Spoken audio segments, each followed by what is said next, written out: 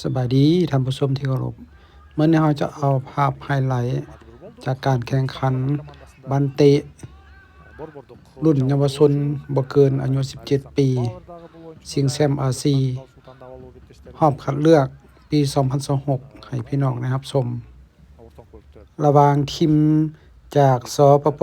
ลาวพบกับทีมกิร์กิสถานในมื้อวันที่18 เดือน11 2025ที่ผ่านมา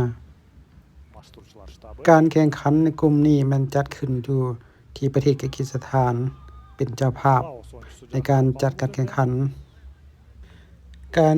ในนัดนี้เฮาอยากให้พี่น้องเข้ามารับชมในรูปเกมลิ้นของเด็กเยาวชนลาวเบิ่งว่ารูปเกมลิ้นหรือว่าเทคนิคการลิ้นของเด็กเยาวชนลาวในปัจจุบันนี้จะมีการเปลี่ยนแปลงหรือว่าการพัฒนาตนเองก้าวขึ้นอย่างเทียบทันกับบรรดาประเทศในอาเซียนแบบอย่างใดละเอียดเข้ามารับชมภาพไฮไลท์นำกันเลยพี่น้องเข้ามารับชมได้เลยเนาะ Ülkenin en mıhtı akademiyasının tarbiyaçıları. Elbette sol taraftan mıhtı pas bu жерден Байел Мирланов. Есеп сандары açılуда Лаос Кыргызстан. Улантат жана буга чейин Гуамга голду жаза кетирген жок. Ретабиловдун пасы жана сол буту менен сокку заткан экен бул жерде. Санхам Савизон. Бирок ийгиликсиз ойноп алды дарбазачы. Буту менен тосуп Сулпиев.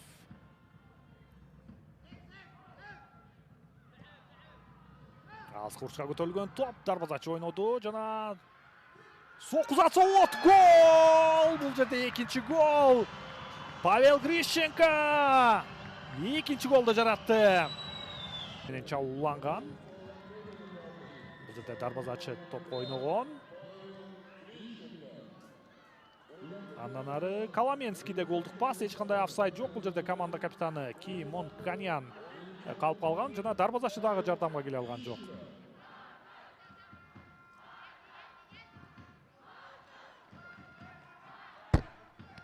Мына ошентип азыр экинчи гол. Грищенко дароо азыр оң тараптан Айпанчанын ичине көтөрүп берсе болот. Дал ошондой. Ретабилов.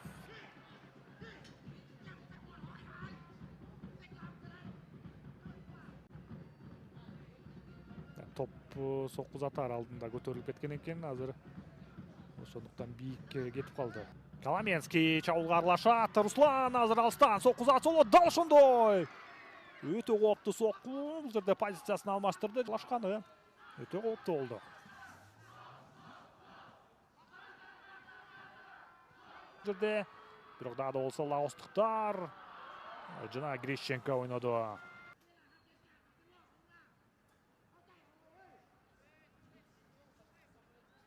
Сол тараптан лаостуктар азыр ауттан чыгарып берет. Жана Грищенко азыр эреже бузду. Айпанчанын ичине кирип баруу аракети болмок экен.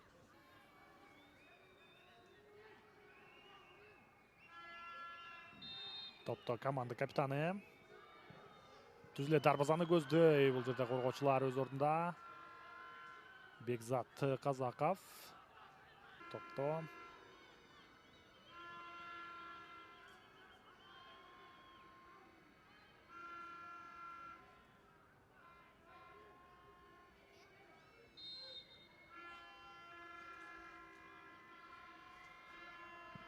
Жана түз эле дарбазаны көздөй сокку бар. Бул жерде рикошет орун алды. Кулуев азыр кайда бара жатат. Бул жерде эреже бузуу катталган экен. Тургандыгы дагы таасир берүүдө оюучуларга. Кыска пас аркылуу азыр Байел Мирланов чыгарып берүү бар жана эпизод. Азыр канча метрлик аралыктан? 3 же 4 метрлик аралыктан боштар биринчи таймдагы алгачкы эпизодду эсибизге салалы. Лаос азыр чабуулда. Биринчи соккуну кайтарышты жана кезектеги сокку. Бұл жерде 19 номердағы азыр алмашыға шыққан ойыншы. Саванхай. Санын секіреге дағы жардамға келе алмақ емес, егерде мамы тиіп қалбаған болса. Жер менен пас жана Лаос азыр есеп сандарын қысқартты. Ошол эле Чаулдун жүрүшүндө бизде коптуу абал бар болчу жана Бектур Халбаев менен Патарочин азыр кимиси кайтарарын көрбөй калды өңдөнөт. Жок, Грищенко борбордук коргоочу жана гол жаралды.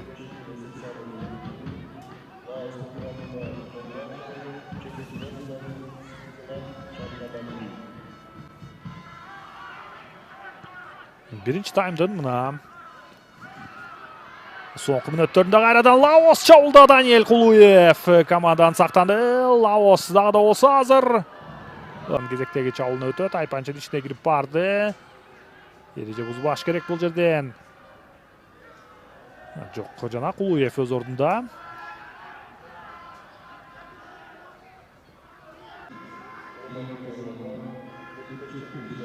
Көтөрүп берүү бар жана Лаос азыр эсеп сандарын теңеп койду. Даниэль Кулуев негедир даяр эмес болуп калган.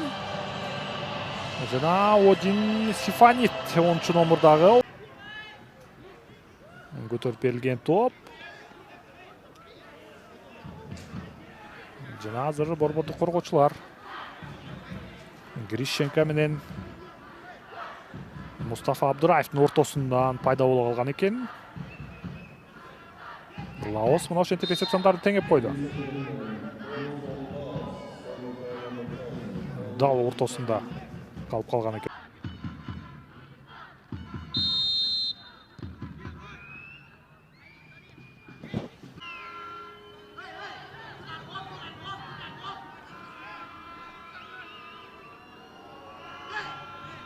Бурстан чыгарып берүүнү күтөбүз.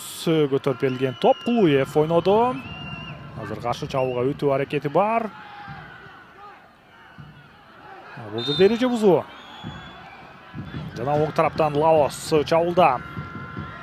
Көтөрүп берүү бар. Кооптуу болду. Сол тараптан азыр Лаос. Буга чейинки эпизоддо Грищенкону канчалык тарыздеди түрткөн болсо, чабуулчунун арасында тандабалуу оюндары өтмөкчү. Бирок бул курактагы эмес, 2 жылчы аталышты. Ауттан чыгарып берүү бар, кайрадан өнөктөсүнө пас чыгарса болот бул жерде. Дарбазаны көздөп эле сокку зат өңдөнөт. Бекзат Казаков Кишембаевди чыгарса болот беле. Улукбек Сулпиевди. Патарочин түзүлө чабуулга пас Кишембаев. Улукбек сокку затканга жетишти жана бул жерден коргоочу жардамга келди. Лао Кишембаев топко биринчи жетип барган. Жана топко Лаос оюнчусу жаракталып калды. Бирок ал оюн талаасынын сыртында. Жана Лаостук дарбазачы дагы жаракталып калган. Бир маалда 2 оюнчусу. Ариет Абилов менен ойнойт. Абилов! Кишембаев бул жерде айпанчынын ичинде жана эреже бузуу жокпу бул эпизоддо дагы. Бул эпизодду көрөлү. Абиловдун вертикалдык пас. Биринчи коргоочу топко ойногон экен.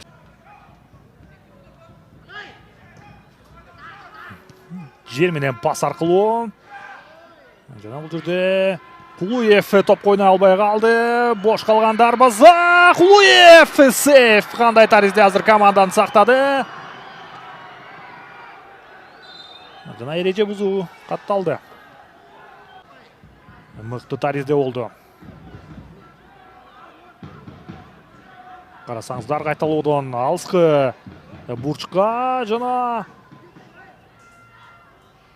бул жерде коргоочуга каршы кыска пас аркылуу айпанчанын ичине жетип кетти жана сокку uzatылат бул жерден. Коргоочу сактады.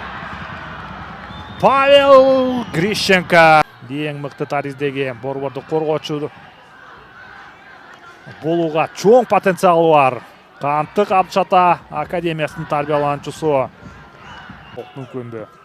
Бұрштан шығарып беруім. Соңчоқ менен бұл жерде біздің қорғаушыларға емне oldu. Қайрадан соққы ұзатқанға мүмкіншілік беріп қоюды ауыстықтарға. Жалығып чаршап баштағандай. Айтор қаталары көп болуда. Дерлік бош қалған. Дарбазар жолда оң тараптан. Ортаңғы бөлікке жетіш керек Қанатбек Рахатов. Солғы пас. Жана топты тартып алышты. Жана алыстан соққы ұзатылды. Қошымша соққыда екінші жолы қатар менен сейф. Байел Мирланов. Сулпиевке топ жетпей қалды. Сулпиевтен сол бұты менен соққы ұзатылышы. Байел Мирлановта мықты мүмкіншілік бар әлі. Түзле дарбазатшыға қарай соққы ұзатып қойған екен. Мирланов, Байел.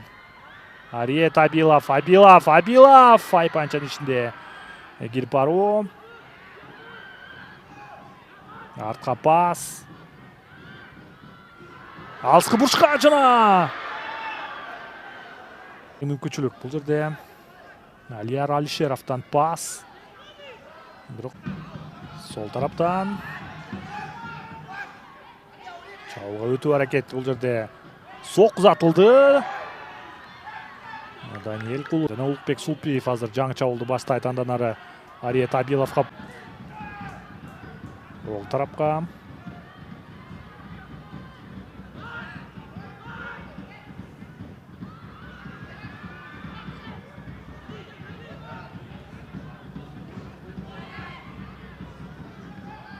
Айпанчаның ішіне кіріп барышты. Борбордық бөліктен.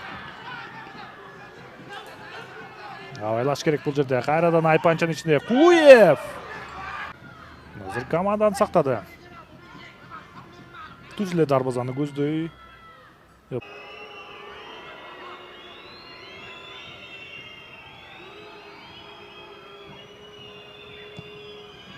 Көтерілген топ өте қопты. Грищенко топы жетпей алған.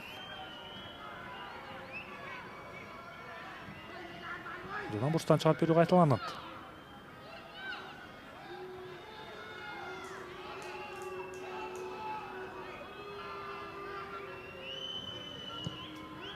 Жақын бұрышқа көтерілді. Қайрадан қопты.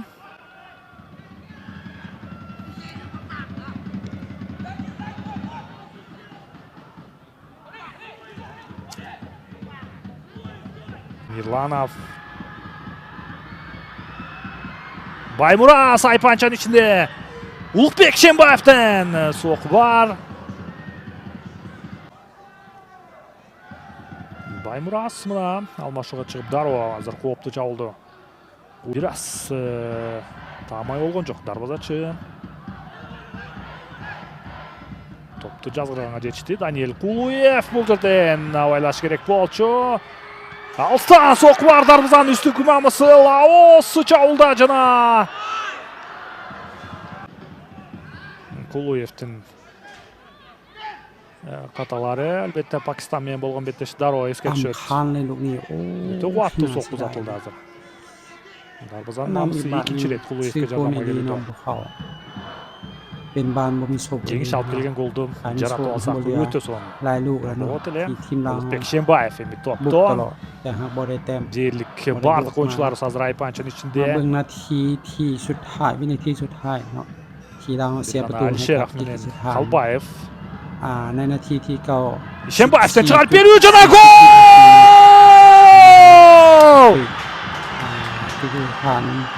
Мына саға соққы мүнөтті жеңіс алып келген гол. Жақын бұрышта кем бар әлі. Баймурас Талайбеков. Мына саға соққы мүнөттерге чейін көріп жатқан көрушілерге разышылық әлбетте. Бардығы азыр Улукбек Шембаевті байқайлы. Шембаевтің шығарып берісі. О, автогол екен. Автогол. Улукбек Шембаевтың шығарып берісі жиынтығында Қырғызстанға жеңісті алып келуді. Мына намысқа жараған жігіттер ұшындай олды.